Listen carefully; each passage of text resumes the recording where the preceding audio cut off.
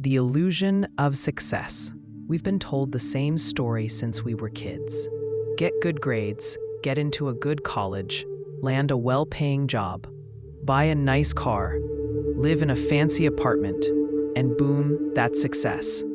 But did you ever stop and ask, whose version of success is this? Because let's be honest, most of us didn't choose it. We were handed a blueprint and told, follow this and you'll be happy. So you keep chasing it, promotion after promotion, achievement after achievement. But something's missing. You reach a goal and the joy disappears quicker than it came. Why? Because it wasn't your dream. It was a default setting handed to you by society, by media, by the system. The worst part, they don't want you to feel enough. Because the more you feel like you're not there yet, the more you buy, the more you hustle, the more you run. And you keep running. But no one told you the finish line doesn't exist. The dopamine trap of achievements. You know that rush you get when you finally achieve something big. A new job, a degree, a milestone you've been chasing for months. It feels amazing for a while. Then suddenly, it's gone. The thrill fades. The excitement dries up. You're back to square one. Here's why. Dopamine. It's the chemical in your brain that rewards you when you accomplish something. It gives you that high, the buzz. But it's temporary. Your brain adapts. It gets used to that new car, that salary, that lifestyle. And then it says, okay, what's next? This is called hedonic adaptation. The psychological treadmill where nothing is ever enough for long. It's not your fault. It's how the brain works. Even Jim Carrey said it best. I wish everyone could get rich and famous and have everything they ever dreamed of, so they can see that it's not the answer. It's not about being ungrateful. It's about chasing happiness in places that can't hold it. The capitalist feedback loop. Here's the truth no one wants to say out loud.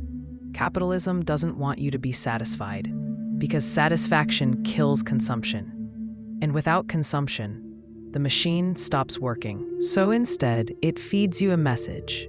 You're not enough, but you could be if you buy this. From Instagram ads to productivity apps to influencer lifestyles, everything is designed to make you feel just a little bit behind, just a little less than. You get a phone, they drop a new one. You get a raise, you see someone richer. You buy peace, they sell you chaos again. It's not a glitch, it's the system. You're supposed to stay on the treadmill, because when you stop chasing, they stop earning. The successful but miserable. Let's look at the people who've made it. The millionaires, the icons, the ones we're told to admire. Jim Carrey, world-famous comedian, literally said, "It's not the answer." Steve Jobs, the mind behind Apple, wrote in his final days, "In the eyes of others, my life is the epitome of success. But at this moment, lying on a hospital bed, I realize that all the recognition and wealth I took so much pride in have paled and become meaningless." Michael Phelps, the most decorated Olympian in history, publicly spoke about his depression and identity crisis after the peak of his career.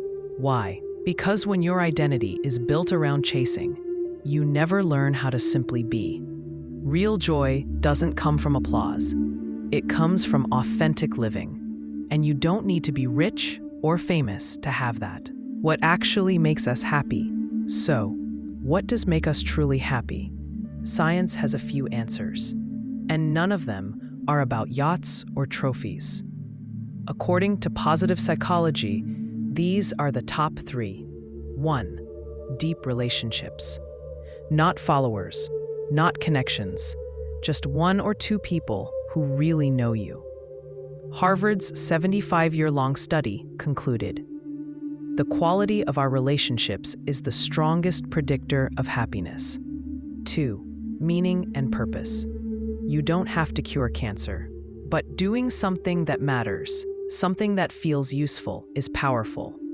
Even helping one person can change your internal world. Gratitude and mindfulness. Simple, but life-changing. When you slow down and actually notice your life, the warmth of your coffee, the sound of birds, the breath in your lungs, that's when the real magic kicks in. And get this, people who write down 3 things they're grateful for every day, they're consistently happier, less anxious, and more resilient, backed by multiple studies. So maybe it's not about having more, it's about noticing what's already here.